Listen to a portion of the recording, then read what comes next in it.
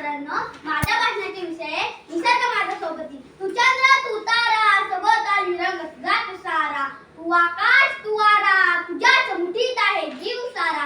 तू चंद्र तू तारा सभोवताली रंग तुझा सारा. तू आकाश तू वारा तुझ्या मुठीत आहे जीव सारा. खरंच निसर्गाच्या याच्यापेक्षा कोणते वर्णन करता येईल? आणि निसर्ग माझा नव्हे तर आपल्या सर्वांच्या सोबती आहे. कारण आपले निसर्गाचे नाते जन्मापासूनचे आहे अगदी मृत्यूपर्यंत.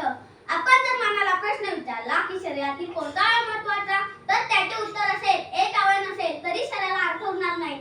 अगदी त्याचप्रमाणे आपल्या आजूबाजूला असणारे पर्वत, डोंगर, नद्या, झाडे, हवा, पशु पक्षी, प्राणी, सूर्य, चंद्र, तारे यापैकी एक नसेल तरी निसर्गाला शोभा उरणार नाही. आणि या सर्वांना सामावून घेणारी धरणी माता स्वर्गाहूनही श्रेष्ठ आहे. या वसुंधरेला नटवले आहे हिरवेगार वृक्ष राजीने. आपल्या कोकणात सह्याद्रीने हिरवेगार शालूच परिधान केल्यासारखे आहे. निसर्गाने आपल्याला काय नाही दिले?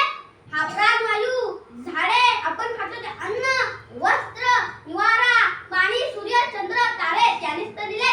उन्हाळ्यात उघडे बोलके झालेले डोंगर पावसाळ्यात हिरवाईने नटतात.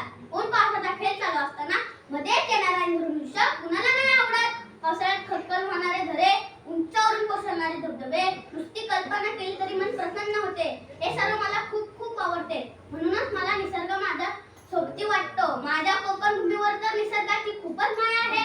पश्चिमेला अथांग समुद्र, त्यावर उसळणाऱ्या लाटा, फेसळणारे पाणी, पूर्वेला सह्याद्री, दोन्हीच्या मध्ये लाल लाल माती, कौलारू घरे, हिरवेगार भाताची राने, सोबत नारळी पोफळीच्या बागा, काजू, फणस, आमराई, मनाला मोहून टाकले राहत नाही. पण एकेकाली बोरी बाबलीची वने, आंब्या फणसाची राने असणाऱ्या महाराष्ट्रात सिमेंटची जंगले वाढत आहेत. निसर्गाचे तर वैभव कमी होत चालले आहे. वनवैभव ते कुठे हरवले? घराघरांची उभी जंगले, वनवैभव ते कुठे? घराघरांची उभी जंगले. हे निसर्गावर एक संकटच आहे. आपण आता निसर्गाचे रक्षक न बनता भक्षक बनत चाललो आहोत. वाढते प्रदूषण, सिमेंटची जंगले, त्यातून हजारो झाडांची कत्तल आणि सर्व होणारा खाल्लाच आहे.